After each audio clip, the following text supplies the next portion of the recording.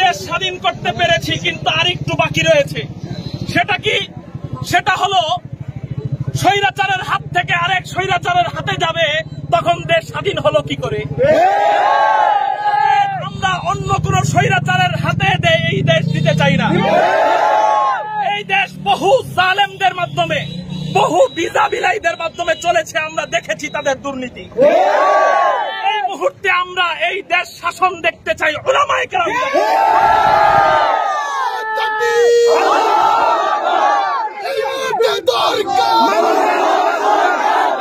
এতদিন আমাদের স্লোগান ছিল স্বৈরাচারকে বিদায়ের স্লোগান।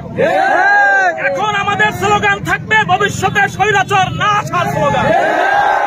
এখন নতুন করে আমাদের স্লোগান থাকবে এই মুহূর্তে দরকার আলেম উলামা সরকার, আলেম উলামা সরকার, ইসলামী সরকার, এই মুহূর্তে দরকার।